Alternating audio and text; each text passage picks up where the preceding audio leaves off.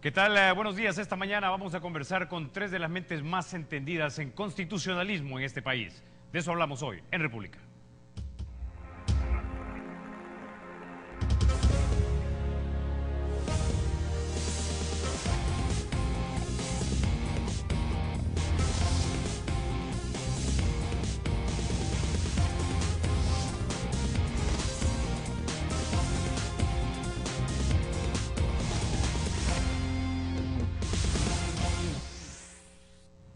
Bueno, este año 2014 ha tenido mucho movimiento cuando se trata de la Sala de lo Constitucional y lo que se entiende por nuestra Constitución. Esto ha modificado de manera significativa nuestra República. Quiero que escuchemos, sin embargo, a algunos que no están de acuerdo con lo que ha estado pasando. Entre ellos, el presidente del primer órgano de Estado, el presidente Reyes. Escuchemos.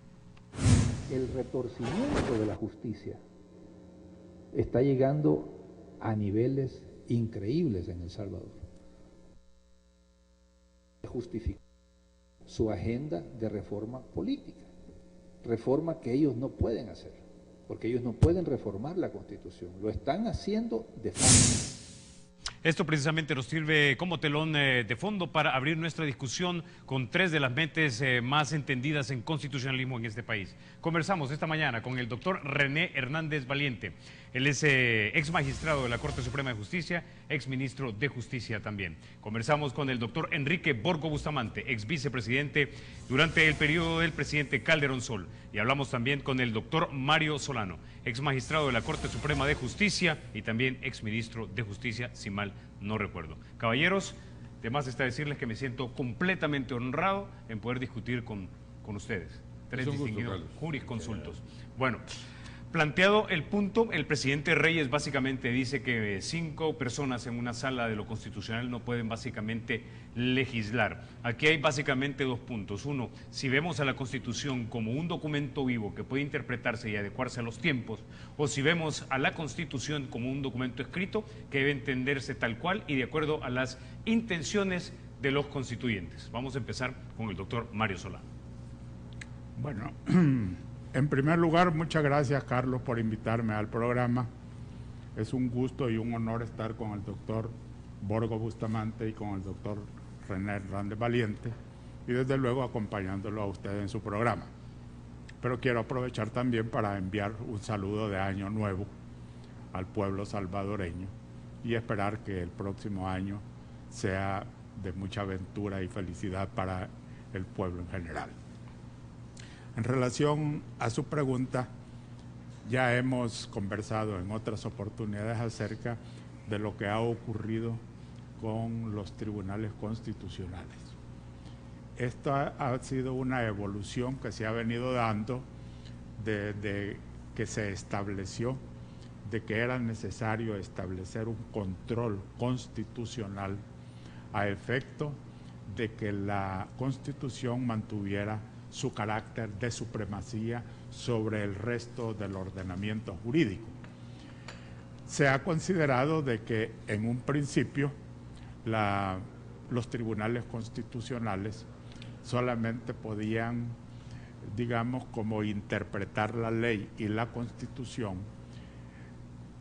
expulsando del ordenamiento jurídico aquellas normas que vulneraran los principios, derechos y deberes establecidos en la Constitución. Eso casi fue una constante durante mucho tiempo, de que así, en esa forma, actuaran los tribunales constitucionales, y se argumentaba de que si los tribunales constitucionales se convertían además en legisladores positivos o en un determinado momento pudieran modificar las constituciones, se podía caer en 2 errores graves. El primero, de que podía haber intromisión de un poder en las funciones de otro poder. Es decir, si un tribunal constitucional se convierte en legislador positivo, entonces estaría invadiendo la esfera de otro poder del Estado, que es el poder legislativo. No digamos si, además de modificar la legislación secundaria, los tribunales constitucionales, como de hecho ha ocurrido, tal como lo vamos a ver más adelante, pueden entrar a modificar las constituciones mediante la figura de la mutación constitucional, que es prácticamente una especie de reforma constitucional sin entrar a regularse dentro de los procedimientos establecidos en las mismas constituciones, en este caso lo que dice el artículo 248 de la Constitución. Entonces, esa ha sido una polémica bastante seria, todavía lo es, no hay, digamos, resultados definitivos de si los tribunales constitucionales, además de ser verdaderos legisladores negativos, tal como lo expuso Hans Kelsen cuando estableció los tribunales constitucionales concentrados, manifestó él de que estos tribunales estaban destinados a expulsar del ordenamiento jurídico aquellas normas que contradijeran la Constitución. Esto, dijo, los convierte a ellos en legisladores negativos. Pero más adelante, los tribunales han venido convirtiéndose en legisladores positivos al establecer normas, reglas, mandatos dirigidos al Poder Legislativo para que legislen en una determinada línea de conducta. Esta cosa ha generado, aún en nuestro país, genera mucha controversia, especialmente del Poder Legislativo, que se siente invadido en sus funciones por ciertas reglas que les da la Sala de lo Constitucional. Entonces, en su juicio, ¿la Sala ha sido legislador positivo en este país? En algunos casos se ha convertido en legislador positivo y algunas veces hasta ha modificado la Constitución, como lo fue en la primera sentencia importante que dio la Sala de lo Constitucional cuando modificó el artículo 85 de la Constitución, en el sentido de que los partidos políticos dejaron de ser el único instrumento para el ejercicio de la representación del pueblo en el ejercicio del gobierno, y les dio cabida a los ciudadanos independientes. De ahí nace la figura de los candidatos no partidarios. Este asunto es muy delicado, porque para algunos la modificación constitucional a través de la mutación constitucional no deja de ser muy peligroso, por el hecho de que el Tribunal Constitucional básicamente estaría reformando la Constitución sin seguir los procedimientos establecidos en el artículo 248. Pero la realidad es que las constituciones se vienen modificando y se modifican en el curso del tiempo, no solo por las sentencias de los tribunales constitucionales, sino que se modifican por una cantidad de motivos, entre ellos las violaciones constitucionales que no son conocidas por el mismo Tribunal Constitucional. Okay. En este punto quisiera traer entonces al doctor René Hernández Valiente. Sé que usted tiene una visión ligeramente diferente, o no sé si decir drásticamente diferente a la del doctor Solano. Bien, yo no pienso que sea drásticamente diferente lo que yo piense a lo que el doctor Mario Solano está expresando. En realidad, el fundamento histórico de la interpretación de la Constitución tuvo como base la supremacía constitucional y efectivamente, como Mario dice, a través del tiempo el valor de la supremacía se cambió por la Constitución como norma. Entonces tuvo una aplicación directa. Yo pienso que un tribunal constitucional, le hace Sala, Tribunal Constitucional Independiente, en algunos países todavía Corte en Pleno que deciden los temas de constitucionalidad, es con relación, y esto es sin excepción ninguna, en los países en donde existen tribunales constitucionales, es una institución de roce con el órgano legislativo. Siempre habrá un roce. ¿Por qué? Porque los tribunales constitucionales desarrollan el principio de defensa de la Constitución. Y la defensa de la Constitución significa no más que otra cosa que control de constitucionalidad, especialmente de los actos legislativos en los procesos de inconstitucionalidad y desde luego en los amparos cuando hay violación de derechos humanos y en los habeas corpus. Pero en realidad ese mecanismo de control hace que los tribunales constitucionales hayan evolucionado, no reformando constituciones porque no es su función. los tribunales constitucionales no son constituyentes ni deben serlo, aunque en algunas ocasiones pareciera que lo son. Yo no acepto la tesis del doctor Solano de que esta sala reformó el artículo 85. Yo pienso que el artículo 85 de la Constitución tuvo una validez de 27 años equivocada contra el ciudadano. Y aquí lo que hubo fue un choque de derechos. El 78 de la Constitución habla claramente que el voto es libre, igualitario y secreto. Entonces, el voto representa al ciudadano.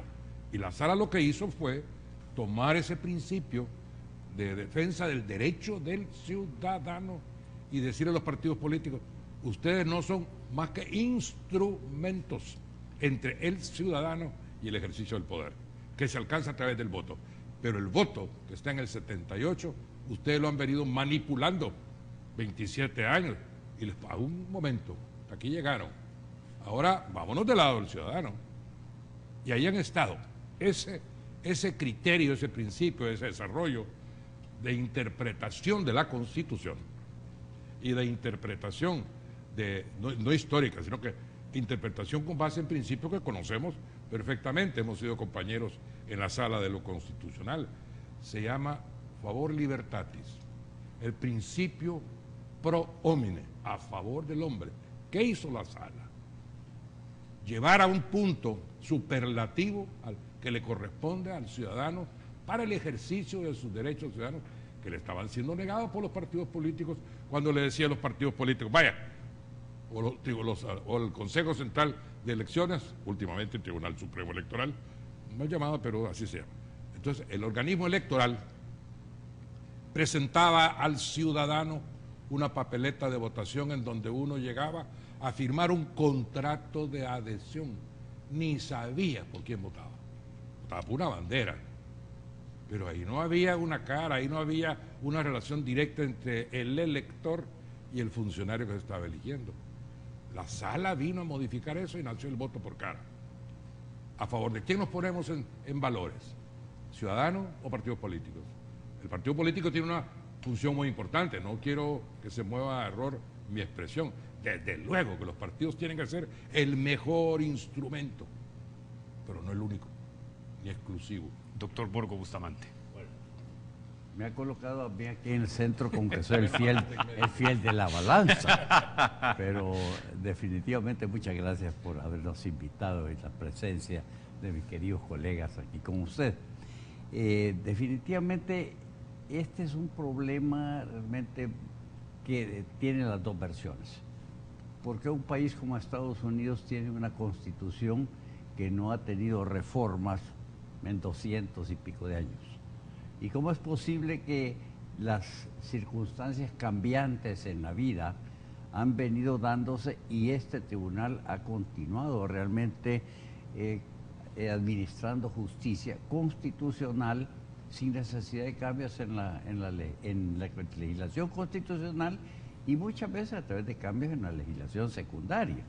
Entonces, realmente ese tema, cuando uno lo compara con ciertos países, y el fiel de la balanza ahí se inclina hacia lo que expresaba el doctor Solano, en realidad lo hace pensar a uno que la realidad es de que los hechos van adelante y las leyes vienen después.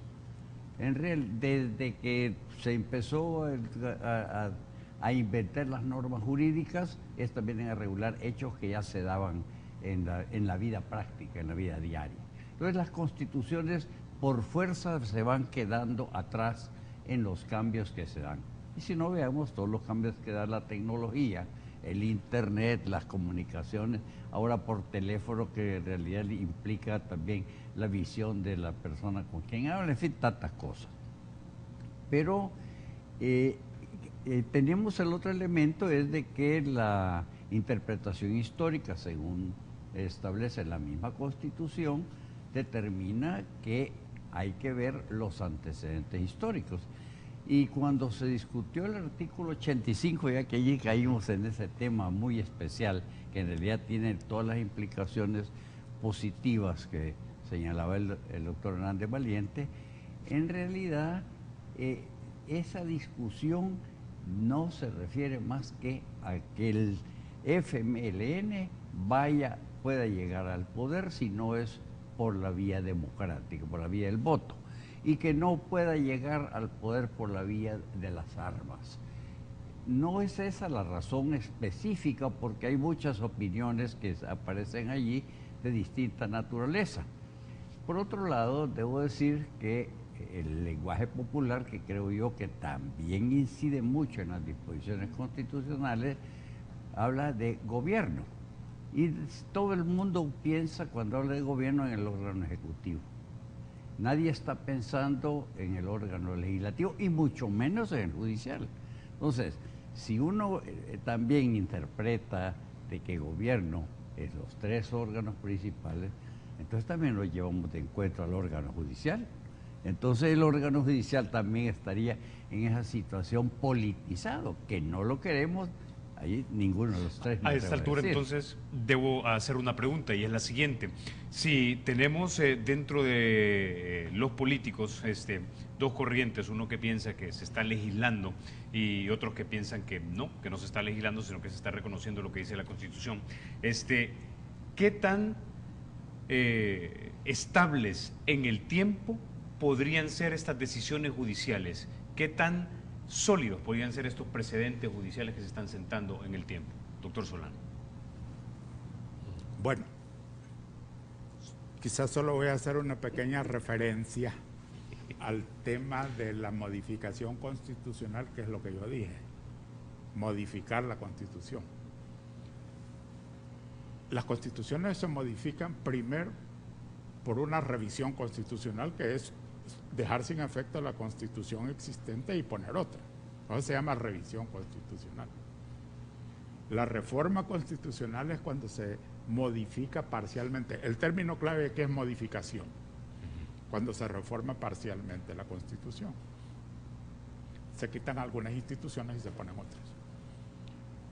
La otra forma de modificar la Constitución es a través de las violaciones constitucionales no conocidas y resueltas por el Tribunal Constitucional. Ahí queda cantidad de violaciones constitucionales que quedaron ahí porque nunca fueron demandadas ante el Tribunal Constitucional.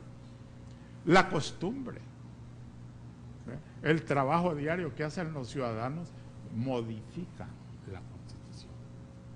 Pero también se puede modificar la Constitución mediante la figura de la mutación constitucional, o sea, el cambio que se introduce a la Constitución sin seguir los procedimientos de reforma establecidos en la misma Constitución. Ese es el caso que yo veo en al modificarse, ¿verdad?, el artículo 85 de la Constitución, y aquí está. Aquí lo dice la misma Sala de lo Constitucional cuando dice, no es necesario pertenecer a un partido político, que era lo usual hasta el momento en que resolvió la Sala. No es necesario participar en un partido político, dice, sino que los ciudadanos pueden presentarse sin necesidad de la intermediación de un partido político. Ahí modificó el texto usual de la Constitución hasta ese momento. ¿Qué significa eso?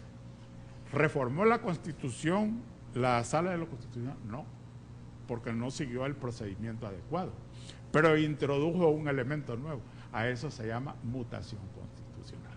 Cuando usted entra a modificar la Constitución y la reforma, pero sin seguir los procedimientos establecidos en la Constitución.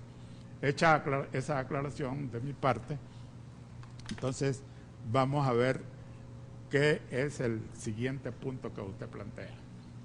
Bueno, el punto es si estas resoluciones ahora pueden ser revertidas o si están o si tienen algún grado de seguridad de ser sólidas en el tiempo. Voy a citar acá, con permiso del doctor Borgo Bustamante, una demanda que el doctor presentó, donde precisamente logró lo que usted está señalando en este momento, que la Sala cambiara su precedente. Y es en el caso de las partidas secretas.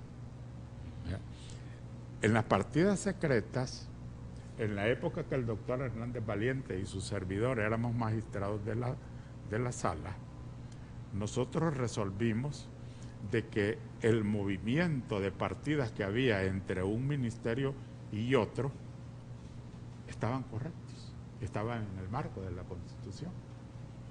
Así lo resolvimos, considerando de que un gobierno que realiza las políticas sociales de un Estado necesita suficiente espacio para poder llevar adelante esas políticas.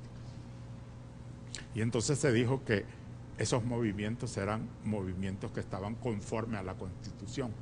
Dijo, están dentro de lo que la Constitución puede considerar conforme a ella. Pero el doctor Borgo Bustamante cambió la situación y en su momento, ya con esta sala de lo constitucional, presentó una demanda, él y otros ciudadanos presentaron una demanda diciendo de que ese artículo que habilitaba los movimientos de partidas sin necesidad de pasar por la Asamblea Legislativa, el doctor Bustamante dijo, eso es inconstitucional. Ahora, entonces quiero traer al doctor Borgo a este punto. Quiere decir que no tenemos certeza que los salvadoreños seguiremos votando cruzado y por rostro siempre. ¿Qué tal si de repente los políticos en un par de años eligen una nueva sala de lo constitucional y viene otra persona en lugar del doctor Enrique Borgo Bustamante e introduce y dice eso es inconstitucional? Bueno, la verdad es de que esa posibilidad existe porque estamos hablando de una sentencia que fue la que pronunció.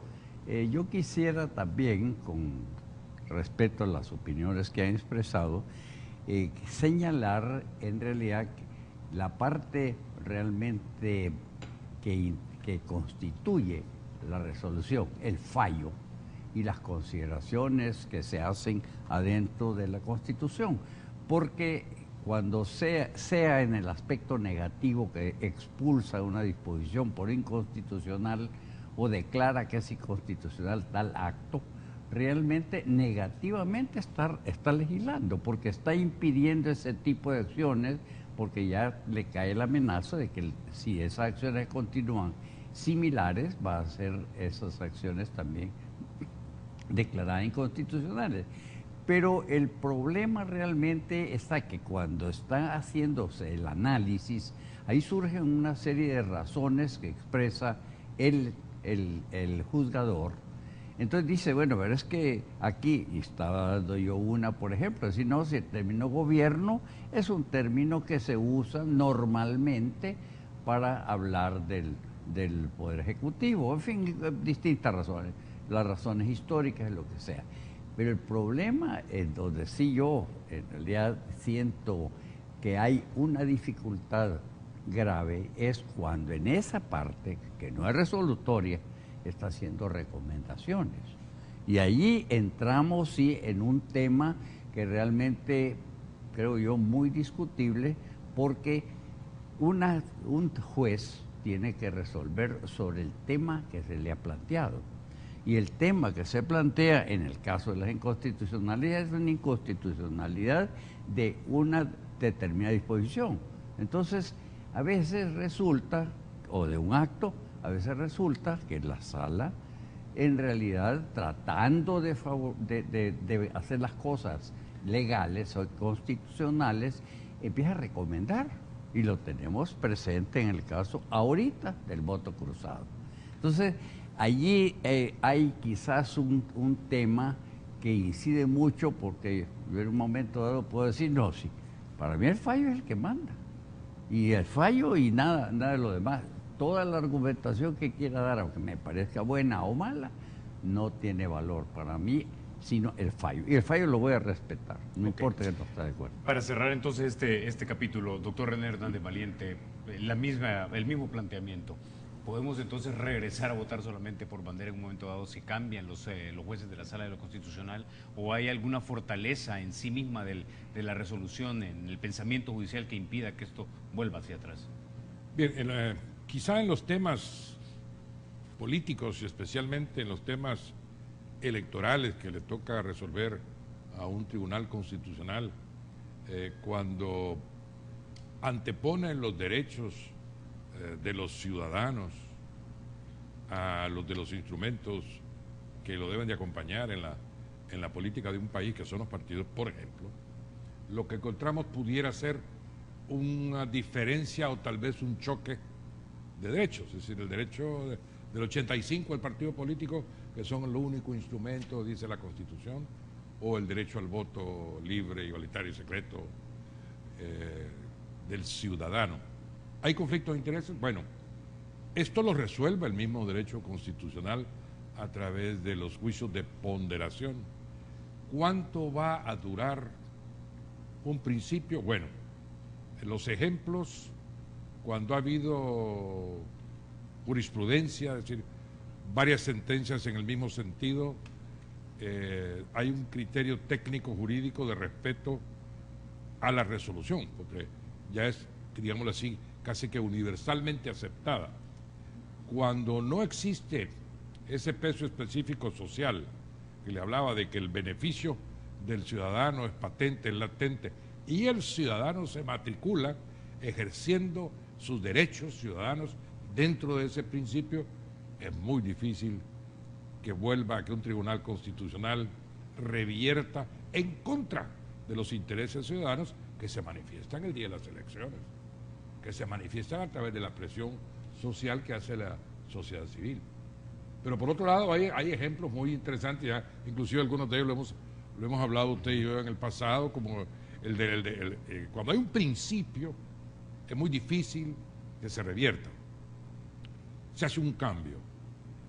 Y si yo mencionaba el ejemplo de los Estados Unidos con el derecho de libertad, que era la Constitución, cuando se dio la Constitución y la Declaración de Principios en 1779 y 80 y 81, el derecho de libertad era uno, diferente al que existe ahora. Exacto. Se cambió el derecho de libertad cuando se abolió la esclavitud.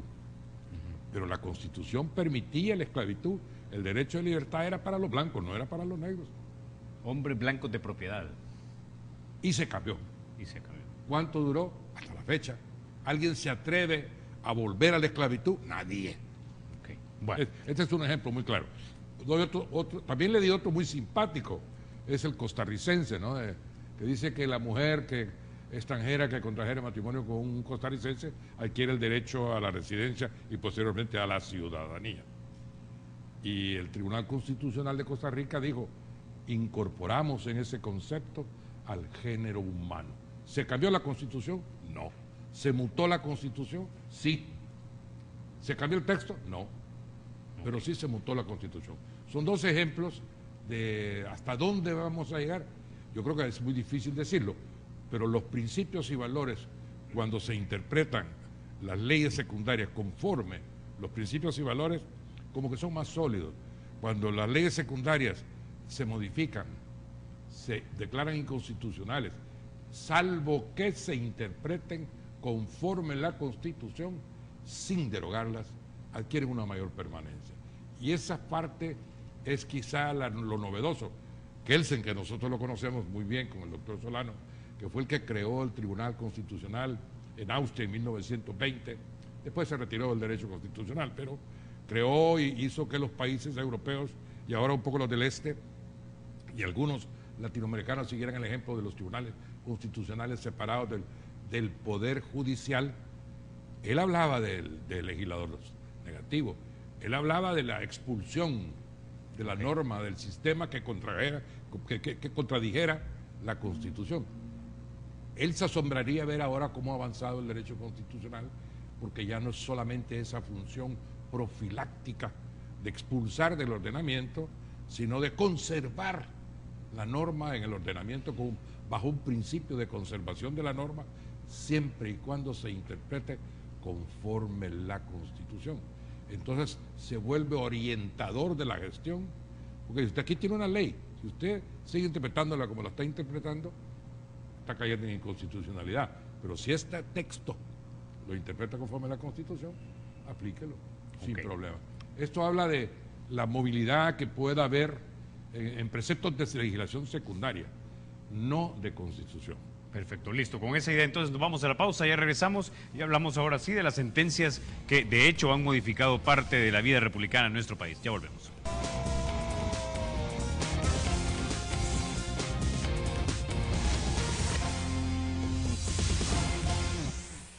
Bueno, definitivamente de las resoluciones más importantes ha sido la del voto cruzado. Hoy, de hecho, la Sala de la Constitucional ha dicho que la Asamblea ignoró la sentencia, pero ahora que ya no hay tiempo, el TCE puede definir el mecanismo del voto a través de reglamento, pero que no puede olvidar la igualdad y la unidad del voto. Doctor Solano. Bueno, yo creo que la sentencia de la Sala pues había sido ya bastante clara. Me parece a mí de que cuando se dio la sentencia, pues prácticamente se regularon dos cosas. Se le dio un mandato a la Asamblea Legislativa para que dictara o emitiera las normas necesarias para asegurar de que el voto cruzado pues iba a ser efectivo y que los ciudadanos prácticamente iban a ejercer su voto libremente, iban a ejercer el sufragio libremente. Pero también dijo un agregado por ahí de que si al momento, un poco difícil de poder entender qué fue lo que quiso decir la Sala cuando dijo si al momento de las próximas elecciones de 2015 no estuviera vigente la legislación pertinente. Cuando los partidos políticos presentaron un recurso de aclaración, creí que se iban a referir a este punto, que qué quiso decir la Sala cuando dijo si al momento de las próximas elecciones.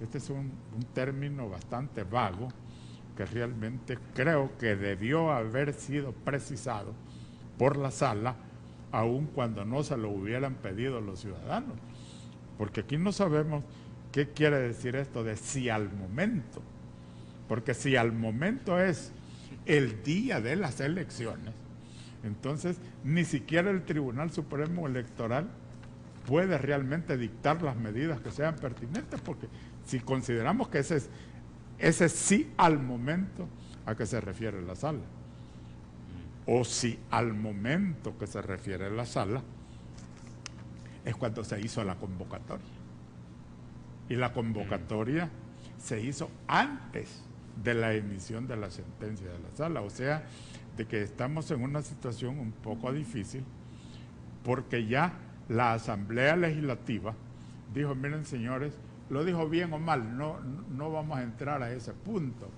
sino que lo que dijo es, miren señores, yo no puedo legislar sobre el tema del voto cruzado porque no estoy en condiciones de lograr los votos necesarios para emitir una ley. Básicamente eso fue lo que dijo la Asamblea Legislativa. No nos ponemos de acuerdo, no tenemos los votos para hacer esa legislación, entonces cumplimos con lo que dijo la Sala de lo Constitucional y entonces lo mandamos al Tribunal Supremo Electoral para que dicte las medidas pertinentes. Es un cambio muy notorio en cuanto a las dos expresiones que pronunció la Sala. En este punto tengo que traer al doctor Borgo Bustamante. Se da la impresión que con esta resolución le están corrigiendo una vez más la plana a los políticos. Bueno, solo quiero decir en relación al tema anterior que hay que tener en cuenta la fuerza política que ha nacido con la sociedad civil, que no solo lo jurídico va a incidir en si se repite o no se repite una sentencia, si se cambia o no el tema anterior, ahorita ya no es lo mismo que hace 5, que hace 8, que hace 25 años, punto. En relación al tema en realidad es un tema que en mi criterio necesita un análisis más profundo y en alguna ocasión dije que en realidad sí había sido poco prudente la decisión de la Sala porque entraba en un tema muy difícil. En primer lugar debo decir yo que el derecho al sufragio pasivo es del ciudadano. Y el ciudadano es, en los casos que estamos viviendo, el candidato a diputado, el candidato a presidente, el candidato a alcalde, etc. Entonces, resulta que la forma en que se está regulando, que ahora dicen que son marcas, y me estoy refiriendo a lo que se está discutiendo, no he leído esta opinión de la Sala, resulta que el voto se lo están adjudicando a la papeleta. Entonces, el voto a la papeleta viene a significar algo similar al voto por planilla que la Sala declaró inconstitucional. Porque entonces, después, ¿quiénes son los que reciben los curules? Esos señores que estaban allí metidos como candidatos y que nadie votó por ellos, sino que tuvieron fracciones de marca, lo cual es una cosa ridícula. Marcar es la forma de votar. Si leemos el artículo 80 de la Constitución, habla de que son elección de voto popular. Y esa elección popular, si no dice de voto, el presidente, vicepresidente, diputados, etcétera. Y si leemos la ley electoral, dice que cómo se vota por el presidente, marcando, dice. Entonces, eso es votar. Entonces, y hay muchas disposiciones que están dentro de esta ley, que como decía el doctor Hernández Valiente hace un rato, ha sido parchada y entonces resulta que no tiene una uniformidad de criterio, entonces se confunde a veces marca con voto y otras veces se elimina eso y ese problema de fraccionar el voto. Yo voto por Facundo Guardado, punto. No me digan que le doy un 24avo de voto y voto por Ana Vilma Albanés y le doy no le doy un voto, un 24avo, le doy un voto a ella. Y creo yo que las matemáticas en resultado vienen a dar lo mismo, solo que si se usan los términos absolutos de voto por diputado y que ese resultado de los votos por diputado da el número de curules, eso definitivamente sería más acorde a la Constitución que lo que se está pretendiendo. Doctor Hernández Valiente. Es muy complejo el tema, Carlos, en sí. Hablar de que hay una solución aritmética es muy difícil. Hablar de que solamente es una solución política es más difícil todavía. Sin embargo, hay que entender que el voto cruzado vino a ser un paso adelante del voto por rostro, un paso adelante en la consecución de la democracia, y se pensó de que el ciudadano tenía allí sí un voto libre, una papeleta entera, y puede votar en la papeleta como el ciudadano juzgue conveniente para sí mismo, no amarrado a una decisión de voto por planilla cerrada, entonces, y que no podía salirse de esa planilla si quería, aunque tuviera simpatías por otro más. El ejercicio de este derecho es el que la Asamblea no pudo legislar. Y aquí también coincidimos los tres, en una ocasión le hemos hablado, de que aquí debe haber una reserva de ley. Y hay incógnitas que todavía no están despegadas, como el momento que dice la Sala de lo Constitucional. Mario tiene razón. ¿Cuál es el momento en que se debe de poner? La otra es, si la Asamblea no legisla, tampoco puede delegar su función legislativa. O sea que el problema no se resolvió en sede legislativa y se hizo muy mal y se hizo inconstitucionalmente. Se adoptó una decisión de delegar la función legislativa al Tribunal Supremo, lo cual es imposible, no se puede por Constitución, porque es de la esencia del órgano legislativo. ¿Qué le queda al Tribunal Supremo Electoral? Soluciones un poco difíciles de llevar a la práctica. Una de ellas es inaplicar el mandato que viene en el decreto legislativo por inconstitucional, que lo puede hacer. ¿Por qué el Tribunal Supremo lo puede hacer? Porque es un tribunal jurisdiccional. Entonces lo puede hacer. Y ahora, dar ley no puede. Lo que puede es regular y reglamentar, aplicando directamente la Constitución, pero con leyes previas. Las leyes no pueden ser en el momento del escrutinio, las leyes no se pueden dar en el momento de la votación. Tiene que haber una norma previa. Por eso es que el tribunal está muy reticente a hacerlo y quiere mandarle el paquete de regreso a la Asamblea. Me parece correcto, me parece oportuno, y creo que los padres de la patria nos deben a los ciudadanos ponerse de acuerdo en por lo menos dar unas reglas del juego básicas para que podamos ir a ejercer el sufragio con la nueva fórmula. Si queremos dar voto cruzado, si no queremos nos quedamos votando por planilla entera, como se ha hecho en el pasado. Con esa idea entonces nos quedamos, vamos a la pausa, y cuando regresemos ¿existen o no existen los diputados suplentes? Aquí tengo a dos constitucionalistas que no lo creen, y vamos a ver qué es lo que piensa el doctor Solano de eso. Ya volvemos.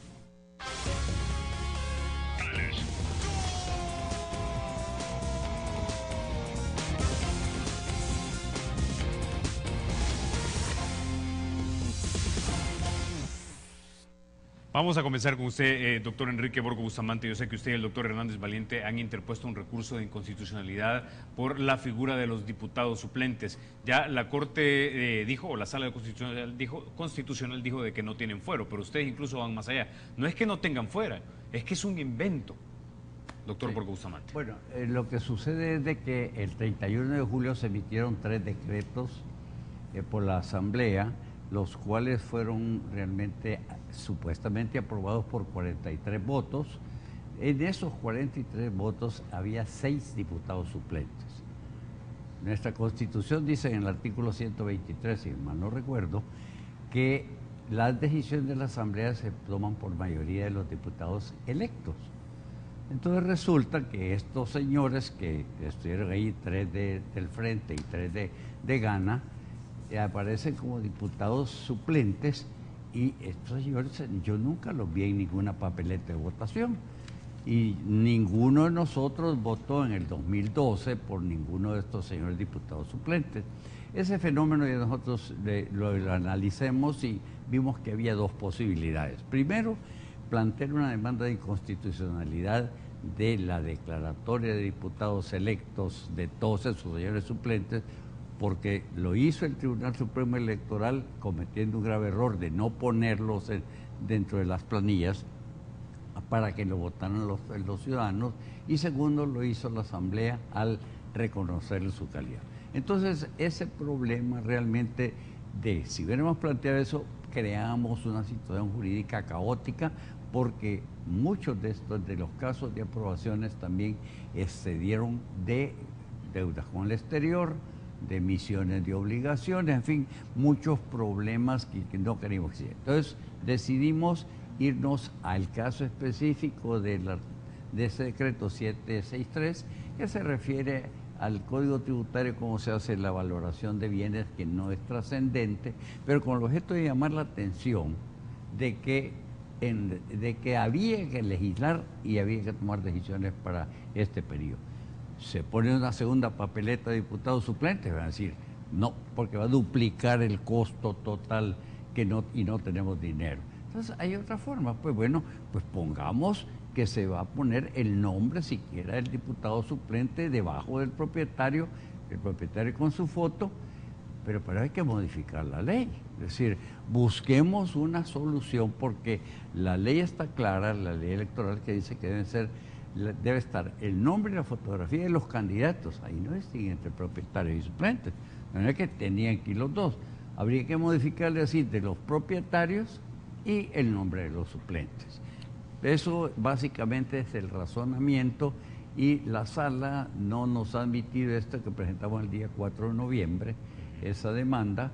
Definitivamente, y nuestra intención no es tener una sentencia que venga a anular a declarar inconstitucional ese decreto, que no es trascendente. Entonces lo pueden dar al día siguiente con los votos de los diputados electos. Doctor Mario Solano. Yo creo que con esta demanda que se ha presentado, la sala prácticamente estaría obligada a resolver definitivamente esta problemática que se ha presentado. Porque ahora la cuestión ya no solo se refiere a que si el diputado suplente tiene fuero o no tiene, sino que ahora lo que se está impugnando es la legitimidad de su calidad de diputado, por el hecho de que no se conoció su rostro en el momento en que el ciudadano votó. Entonces, el ciudadano votó por rostros conocidos para los diputados propietarios, pero no así para los suplentes. Como el punto solamente está presentado a nivel de demanda, y no creo que la sala emita resolución antes de que se den las próximas elecciones, o no sé, podría ser de que lo hiciera, entonces el punto quedaría resuelto en cuanto a la legitimidad o no de la elección de los diputados suplentes. Habría que ver qué va a resolver la sala, pero eso siempre va a quedar la duda de que, legitimada o no su elección, si el diputado suplente tiene o no tiene fuero. La sala ya resolvió de que no tiene fuero, eso ya está resuelto. Ahí hay cosas juzgadas y realmente pues cualquier interpretación que dé un ciudadano o cualquier institución prácticamente choca con una decisión tomada ya por la sala. A mí lo que me llama la atención en cuanto a eso se refiere ya a otros suplentes que están considerados por la Constitución. La Constitución tiene consideradas varias figuras de suplentes, porque suplente es aquel que sustituye al titular cuando éste falte por cualquier motivo. Ese es el suplente, para eso sirve. Entonces, en la Constitución hay figuras de suplentes que podrían, al impugnarse o al establecerse o aplicarse la sentencia de la sala de que los suplentes no gozan de fuero, entonces a saber cómo quedaría la primera figura suplente que tenemos en nuestro ordenamiento jurídico es el vicepresidente de la República.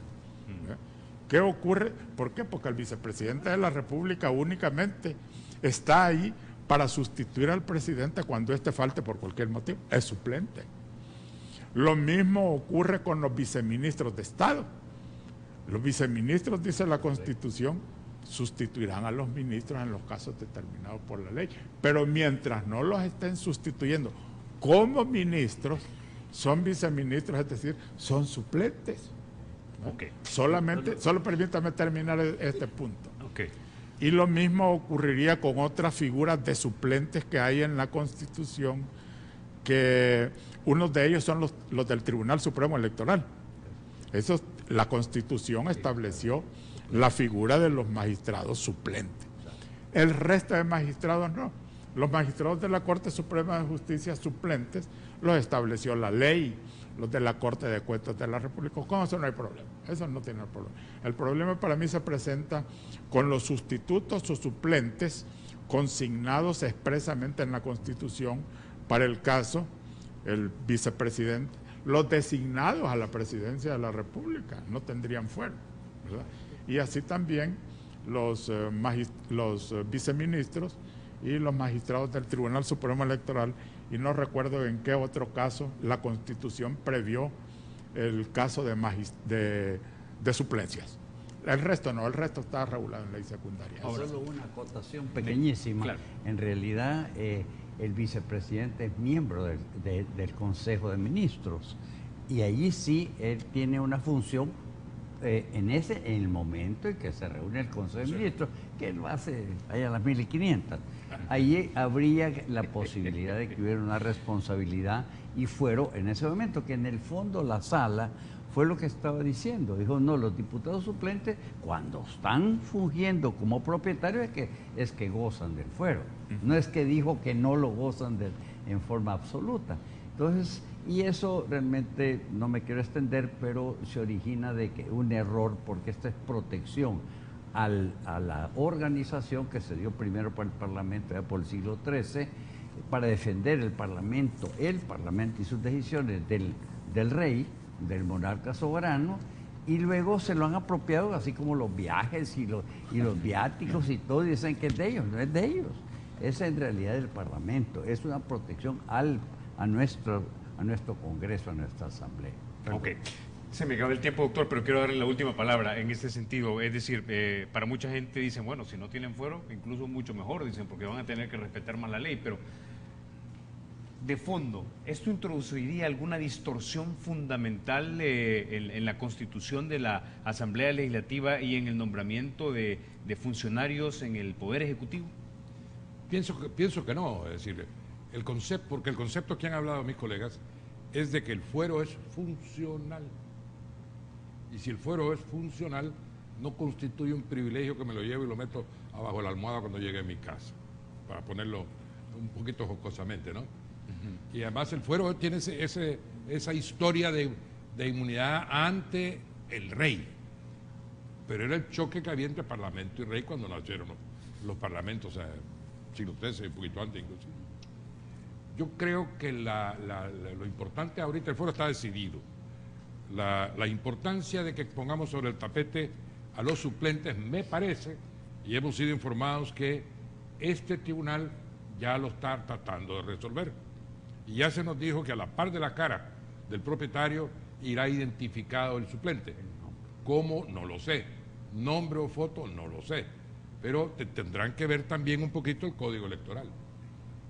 ¿Por qué nosotros presentamos una demanda contra los suplentes, afirmando que los suplentes no existen en El Salvador?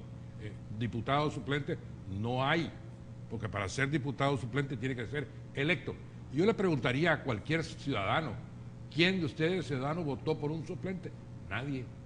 No estaban en las papeletas. Entonces, ahí estamos defendiendo el derecho de los ciudadanos a elegir a sus representantes. Y si ningún ciudadano votó por ningún suplente, no existen legalmente. ¿Cuál es la finalidad? Que se corrija el defecto que solamente se cometió en el 2012 cuando nació el voto por rostro. Ahí se cometió el pecado mortal de no tomar en cuenta a los suplentes. Los tomaron en cuenta como un vendaje. Un vendaje, digo, son diputados de vendaje. Ahí va el grupo. Y el tribunal lo agarró y elaboró la lista de suplentes, la mandó a la asamblea y la asamblea juramentó a los suplentes, sin que hubiera ningún voto a favor de ellos. Ese es nuestro tema, que la intención nuestra es, ya que estamos próximos a unas elecciones, que se corrijan.